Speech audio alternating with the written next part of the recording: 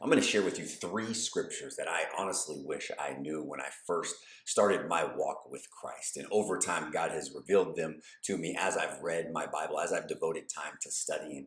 And like I said, I really wish that I had these early on in my walk with Christ. I want to ask you two questions, right?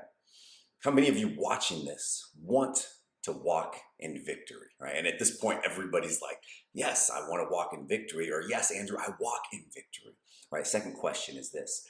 How many of you know that through the death, burial, and resurrection of Jesus Christ, we have the victory?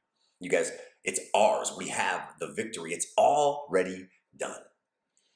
In this video, I'm going to share with you three scriptures that I want you to anchor to your heart. And these are anchor scriptures that will remind you that you have the victory. And it's up to us to tie them to our heart and to walk in that victory. If you guys haven't already, I'd encourage you guys to go check out my video, The Battle is in the Mind, where I talk about targeting the attacks of the enemy, right? And strategies on how to wage war against the battle that goes on between these two ears right here, the battle that is in the mind. When we use the word victory, right, it implies that you have defeated or overcome an opponent or an enemy in a battle or competition. Let me say that again. I'm going to read it from my notes. When we use the word victory, it implies that you defeated an enemy or opponent in a battle or competition.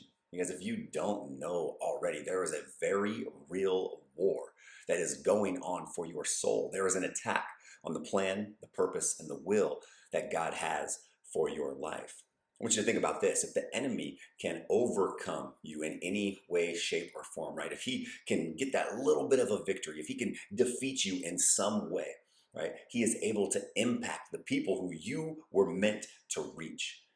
And then once he does that, right? Once you're defeated, we tend to take our eyes off of the prize. We tend to take our eyes off of the direction that God is leading us. And we bow our heads in self-pity and humiliation and shame and frustration. But I just want to remind you that that is not our position. That is not the position. That is not why Jesus died on the cross. As followers of Jesus Christ, we received the victory once we received Jesus Christ as our Lord and Savior. I don't want to go any further without standing on the Word of God. So in 1 Corinthians chapter 15, verse 57, it says this. It says, "But thanks be to God who gives us the victory through our Lord Jesus Christ." Because it is done. The victory is ours. That's something that I like to stand on when I'm feeling beat down, when I feel like, my circumstances and the chaos that's going on in my life gets really, really loud. I turn it down by reminding myself that this is all temporary, right? That I am only here for a moment. At the end of the day, my eyes are on the prize, and the prize is eternal salvation through faith in our Lord and Savior Jesus Christ. I understand that the bills are real. I understand that when tragedy strikes, it hurts, right? When unexpected, obstacles pop up in your life, it can be, troubling. It can be scary, right? It can cause confusion. It can cause frustration. There's so many things that can pop up, and I just want to remind you guys that through Jesus Christ, we have the victory. It's already been done. It's a wrap. We've won. Right? So we need to stop looking at the enemy as this big, scary devil with red horns and a pitchfork who is like poking and prodding us and defeating us. He does not have power over us, right? Which leads me to my next scripture, which is Deuteronomy chapter 20, verse 4. It says, "For the Lord your God is he who goes with you to fight for you against your enemies to give you the victory." This scripture reminds me of God being just like a big brother. Right? I know that me on my own, by myself, I do not have the strength. I do not have the victory outside of Jesus. I'm left to my own devices, but I'm reminded that when the enemy is coming in and he's pressing against me, this isn't a battle that I can fight on my own. I remind myself that God is with me, that he's going to go with me, right? That he is going to give me the victory. So when the enemy's pressing in, it's like, hold on a second. Let me go get my big brother, right? Let me go get the one who made me, right? Let me go get the one who has given me the victory.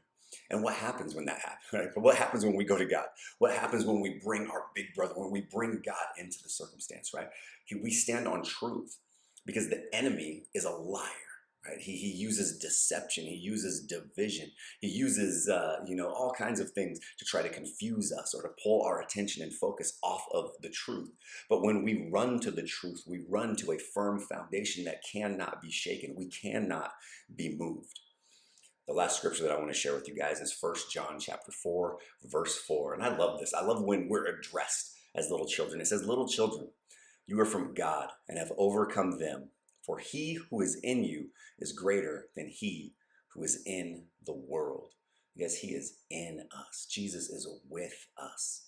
It only takes us asking, remembering, bringing it to the forefront of our memory, right? Knock and he will answer.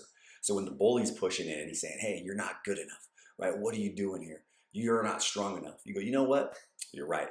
I am not strong enough, but guess what? I know somebody who is." You knock on the door and he opens the door. "What's going on?" "Hey, the devil's pressing in, right? He's coming at me. I need this victory. I need to walk in boldness. I need to walk in authority. I need to walk courageously. I need a solid foundation to stand on." And God shows up, right? Ask and you will receive.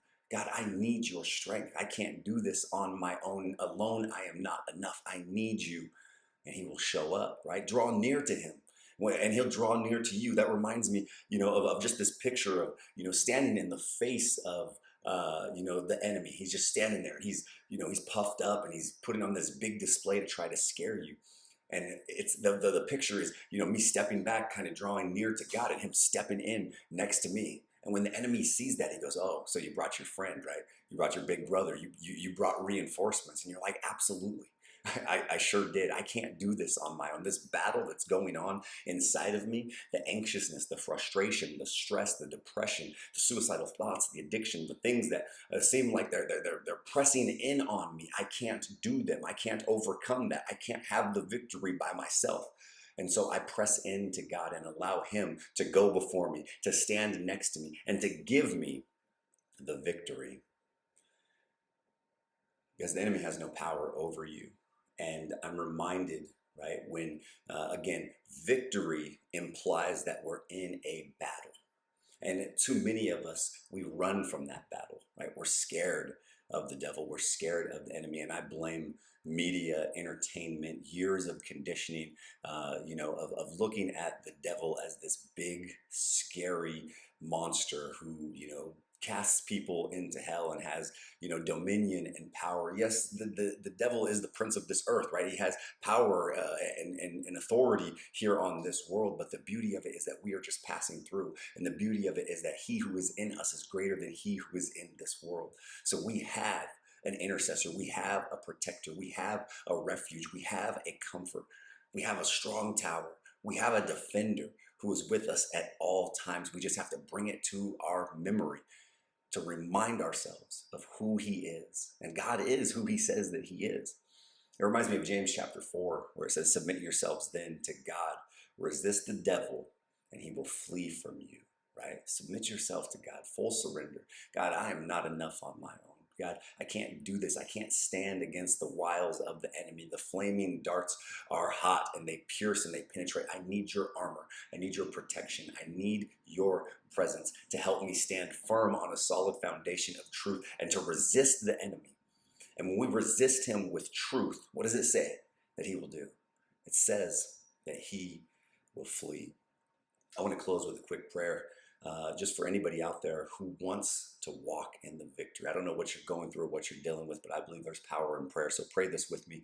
Heavenly Father, we just want to thank you for this time that we got to spend together, Lord. I ask that you would empower my brother or sister on the other side of this screen.